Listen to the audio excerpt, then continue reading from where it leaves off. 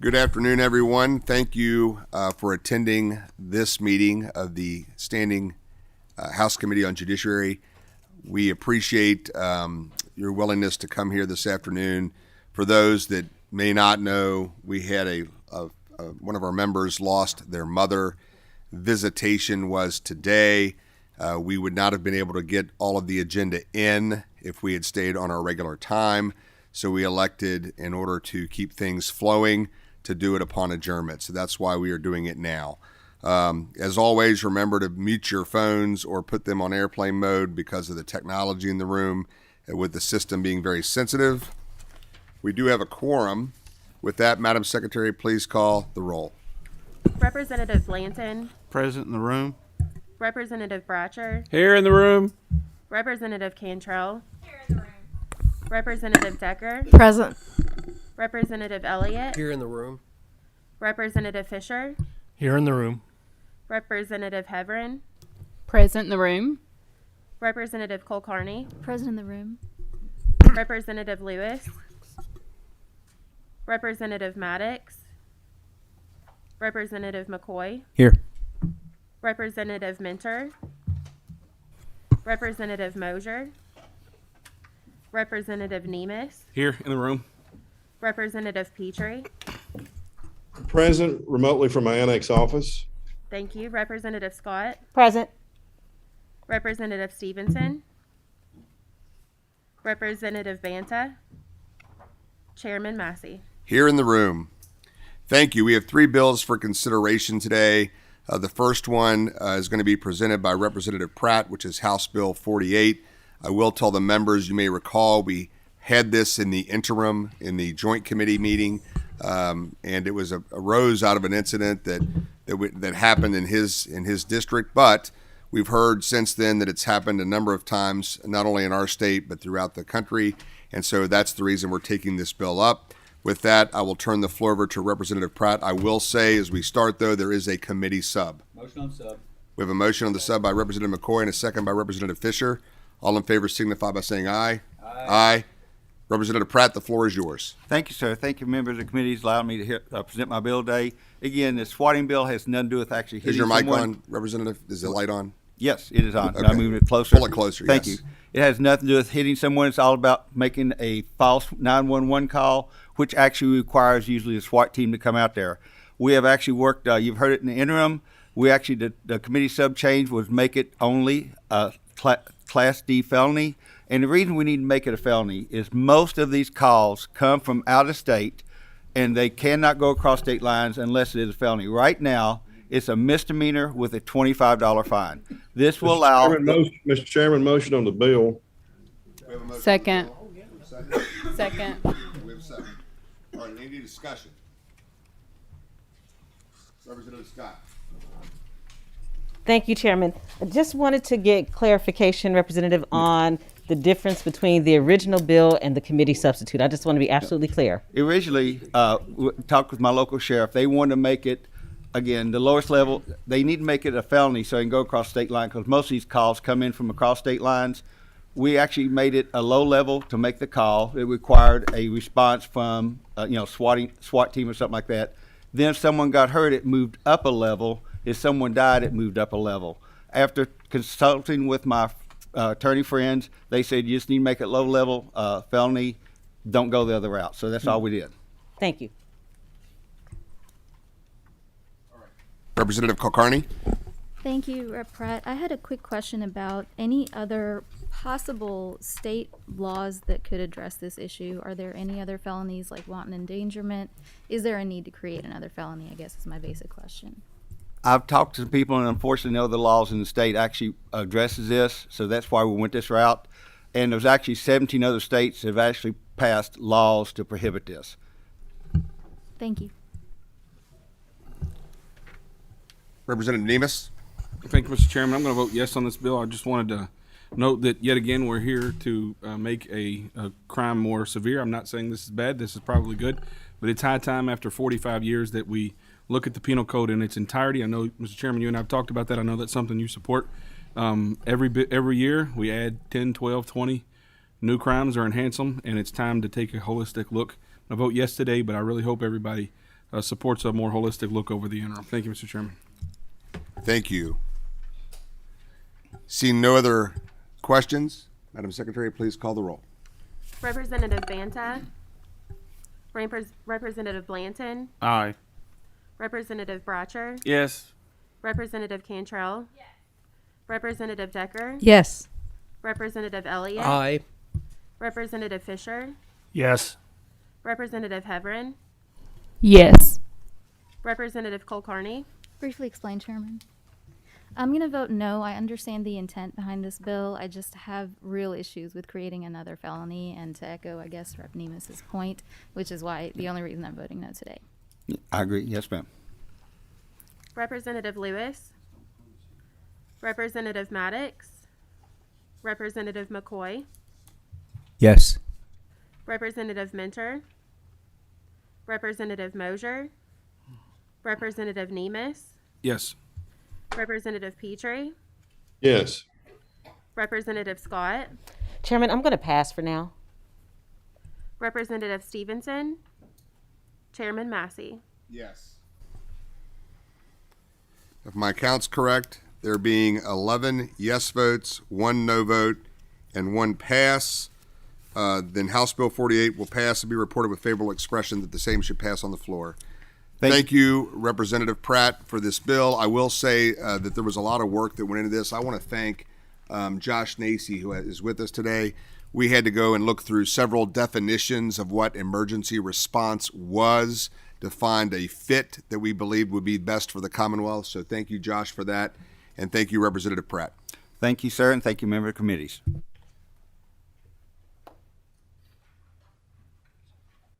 Next, we have a bill that we've heard a lot about in the interim. We've heard about it in the news. We've heard about it from county attorneys. We're going to talk about House Bill 154 that's sponsored by Representative Flannery. We also have a committee substitute on this bill as well. We have a motion on the sub by Representative Fisher, a second by Representative McCoy. All in favor signify by saying aye. Aye. Yeah. Opposed? There's none. Representative Flannery, you may proceed. Thank you, Mr. Chairman. I will start with the 2 additions that were made in the committee sub. Some of the committee members may recall that this topic was discussed in the interim.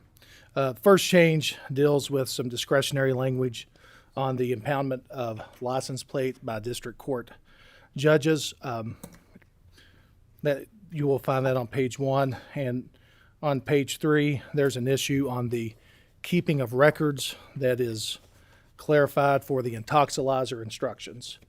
Beginning on page 5 is at the bottom is the meat of this.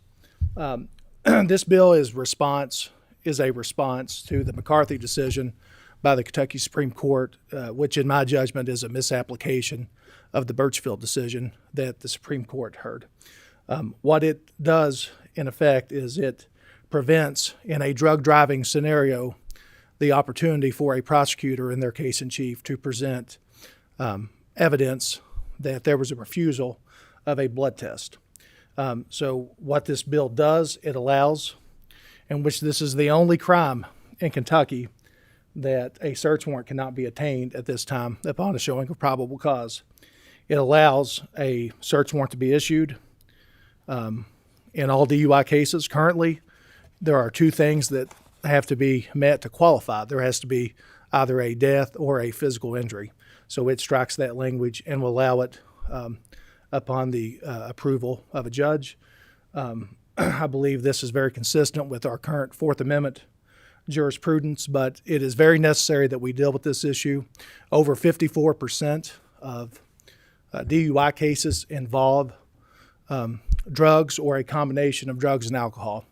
Without the opportunity for our prosecutors to have these tests, it makes it very, very difficult to successfully prosecute these cases. I do have some stats that I believe will show you just how important it is. These are on drug driving cases only.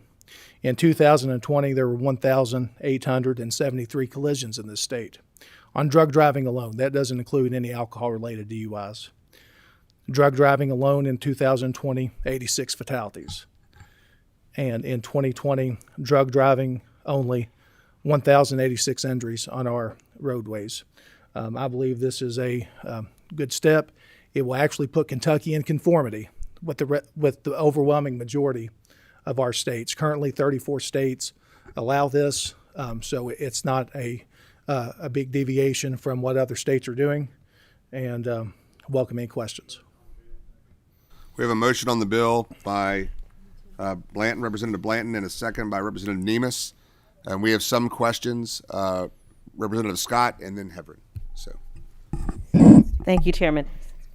Representative, can you repeat what was on page 3? I don't have it in my copy. Okay, it believes it should be in the Representative Scott It's not in the printout. committee sub. Okay, so on page 3, there was an issue with a court decision. This was something that was brought to my attention and to I believe the committee chair by the County Attorneys Association. But there's been an argument that's been raised on the keeping of the records on the intoxilizer. So when there's a DUI case and someone goes to the police station or maybe the county jail and they blow into the intoxilizer machine, there are certain instructions and records that go along with that. And there was an issue as to where those could be found. This just clarifies that. It would allow those to be any instruction from the DOCJT or any instruction approved by the manufacturer of that intoxilizer, and they would be kept by the Secretary of the Justice and Public Safety Cabinet. I see what you're saying. It's really, in my judgment, just kind of a minor addition to this bill, but that's what it does. I hope that answers your question. It does. I also want to indicate that I was just told by our assistant that this was sent out last night by email as well. For whatever reason, that page did not copy in the machine. Sometimes that happens, but this email was sent to all members of the committee last evening, and I just wanted everyone to be aware of that. And if I may. Please. Yes, thank you so much, Chairman. And then I just wanted to be clear that with this bill, it's saying that a person does not have the right to refuse a breath, blood, or urine test. Is that correct? You know, a person can refuse. I mean, but they will be penalized if they refuse. Well, under our implied consent laws, there's already consequences for a refusal, but this is particularly involves blood testing. So the McCarthy decision stated that blood, not breath or not urine testing, if there is a refusal on a blood test, that refusal cannot be presented to a jury, which is contrary to what has always happened. So what this does, it allows the opportunity, if a law enforcement officer believes that there's probable cause, they can seek a warrant for that blood upon the approval and signature of a judge. Thank you. It is important to note that you still have to get a warrant. And so you Absolutely. still have to meet all the requirements of getting a warrant and go through that process. So Representative Hebron? Thank you, Chairman. I just want to thank the sponsor of the bill for the House Committee sub. I've been working with my district judge, Judge Shoemate from Hardin County, about this. She brought the concern to me with the license plate. That has been an issue, so I just want to thank you very much for doing that and helping out my constituent. Welcome. Representative Elliott? Thank you, Mr. Chairman. Thank you, Representative. We've had some discussions about this, and I appreciate your efforts. I know this has been a big undertaking for you. Why can't this be fixed with a rule of evidence? And I know we've talked about that, but is this something that cannot be fixed by a rule of evidence that would permit It's my understanding. prosecutor to introduce this evidence in their case in chief? It's my understanding, and I'll let Representative Demas address this if he believes this is incorrect, because I believe this is a topic he might be better versed in. But generally, there's a separation of powers doctrine. I think on most evidentiary issues, the Supreme Court Sets those. sets That's that. right. And that's my understanding of that. And if I'm incorrect, I apologize. But it is an evidentiary issue. I think this is a end around it. I do think it's important to note that the Attorney General is seeking. He's filed a petition for cert on this to the U.S. Supreme Court, and that has been joined. It's a bipartisan effort.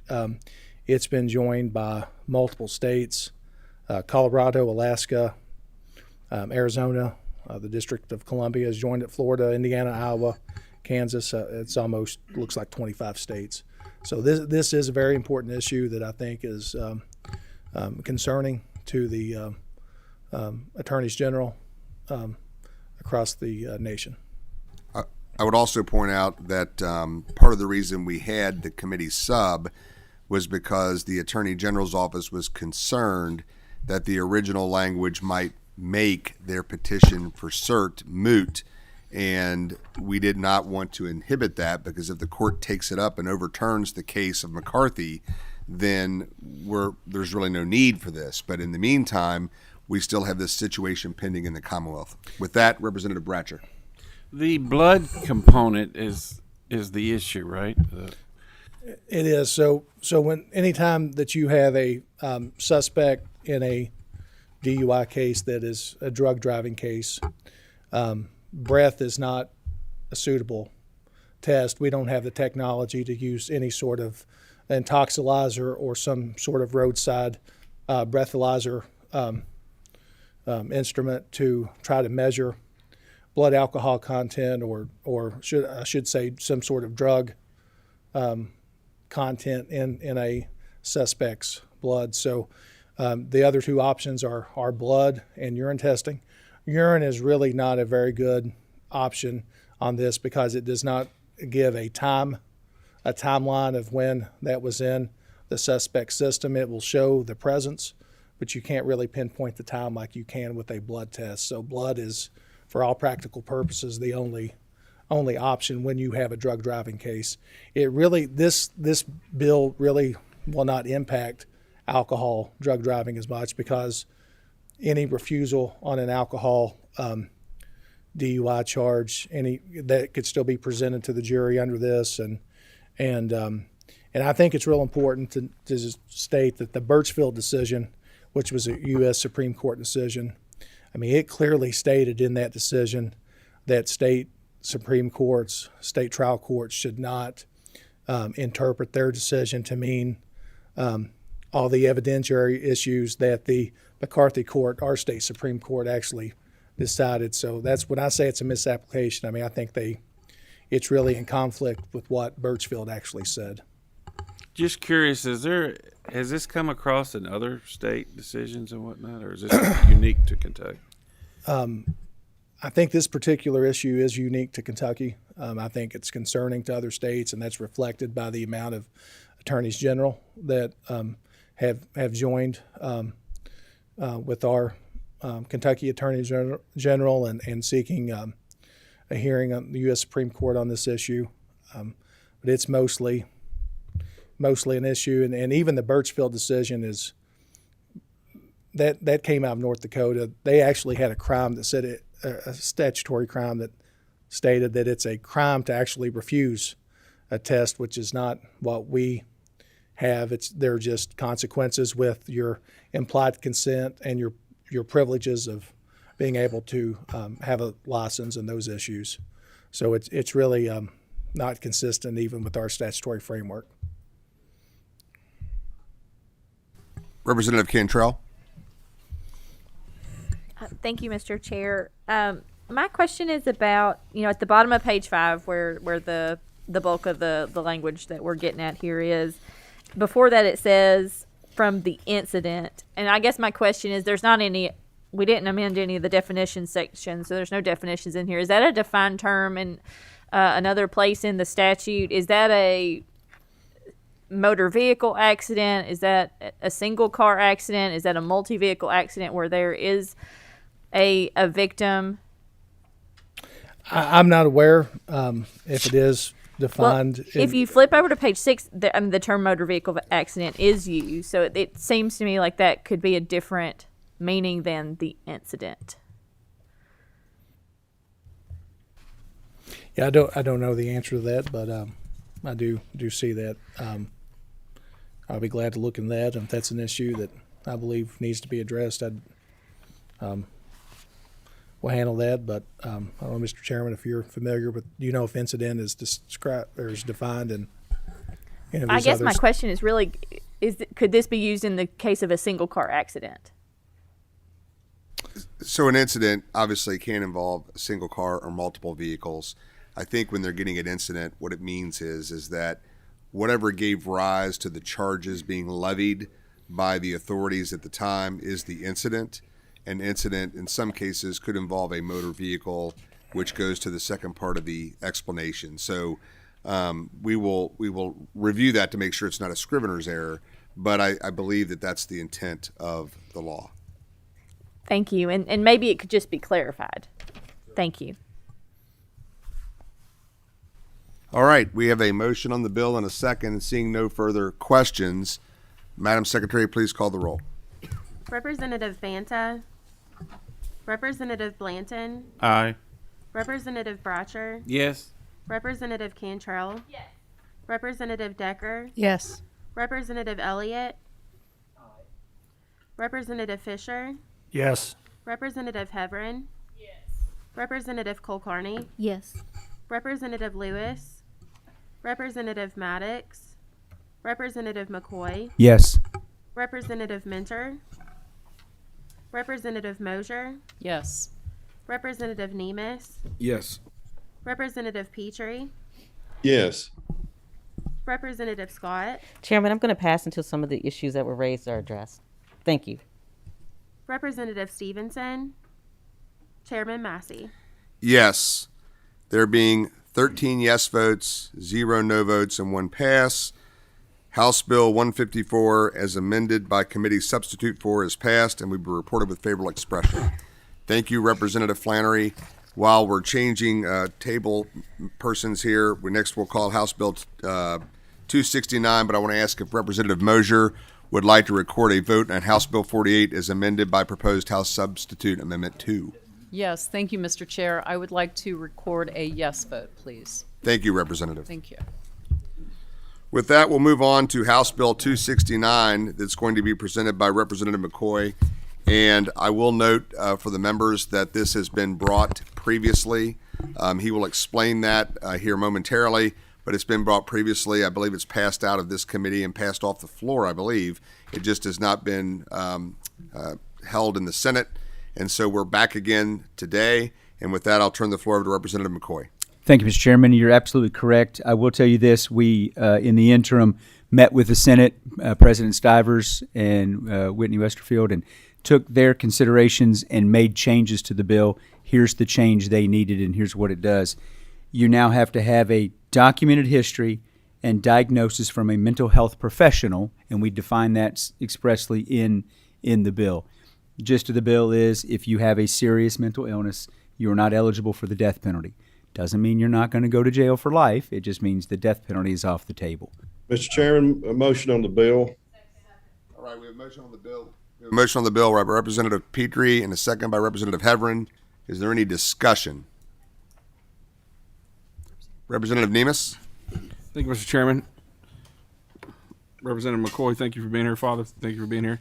The change, I think, doesn't make any sense to me that we're making, because if you don't have a diagnosis at the time that you commit the crime, but it's obvious that you have a mental illness that you can prove after the fact that you've had for a long time, then you should still not be, the state still shouldn't kill you.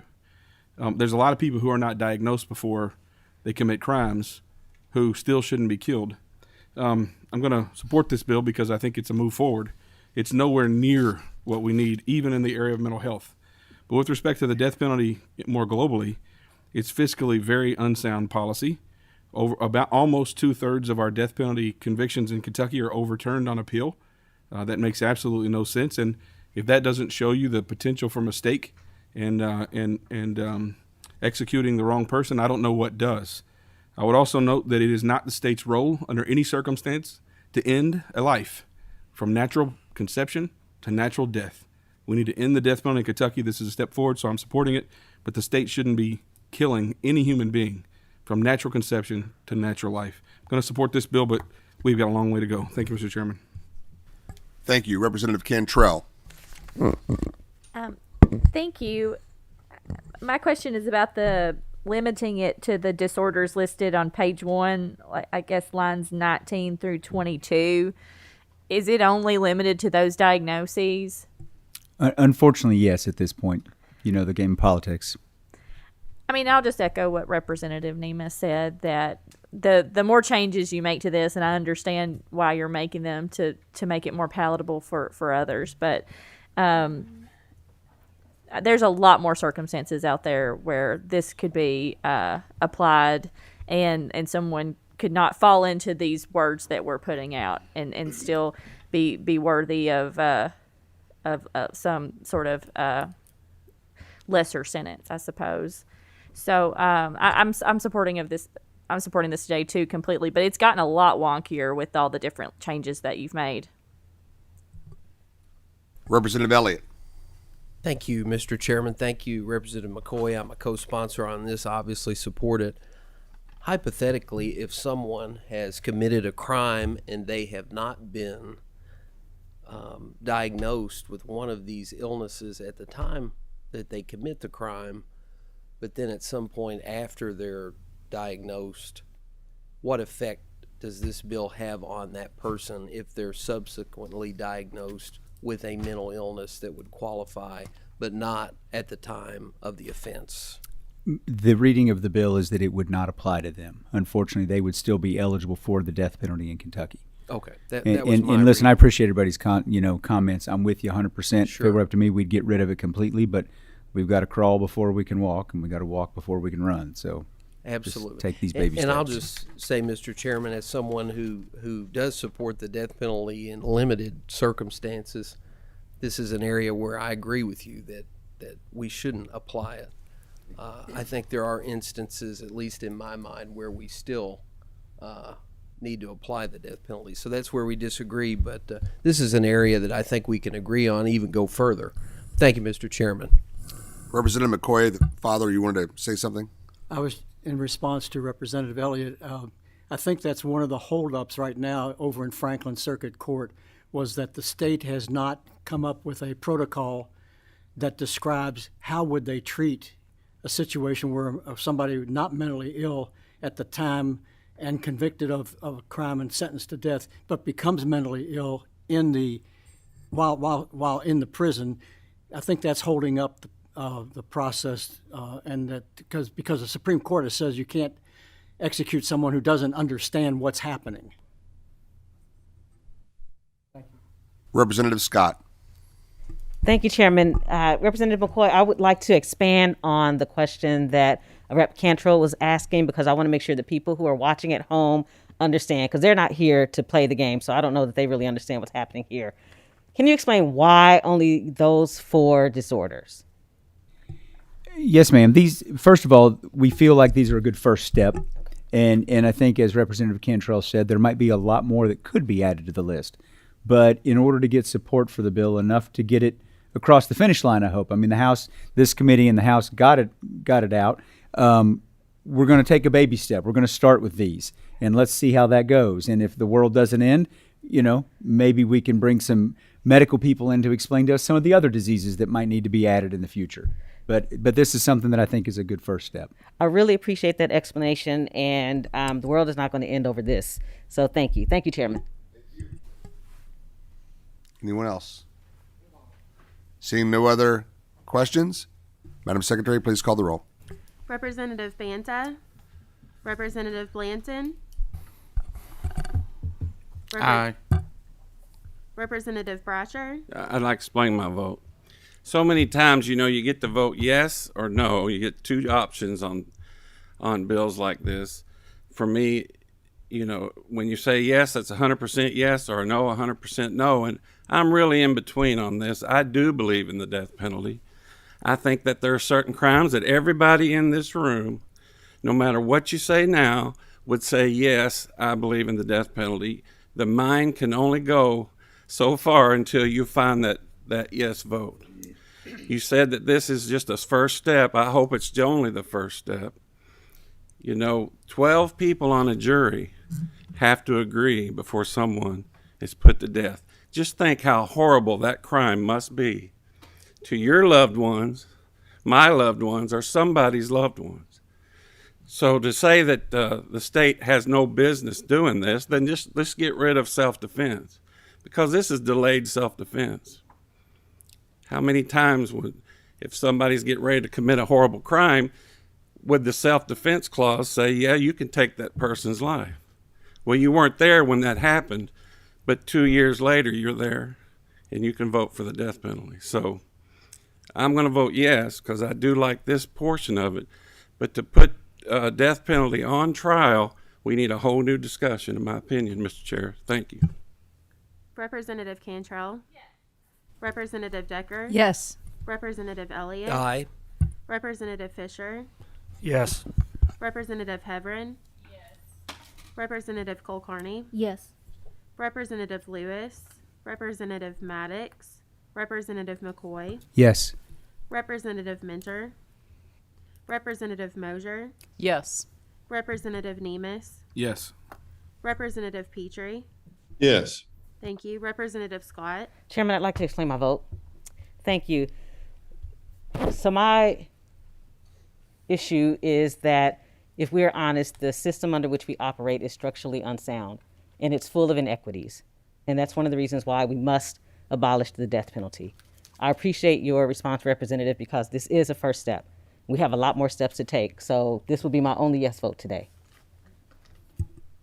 Representative Stevenson? Chairman Massey? Yes. There being 14 yes votes, 0 no votes, and 0 passes. House Bill 269 passed and will be reported in favorable expression. I want to thank everyone for attending today, and I apologize for the late hour. I know we have an impending storm moving in also. With that, we'll send you information about future meetings and/or bills to be heard. For now, this meeting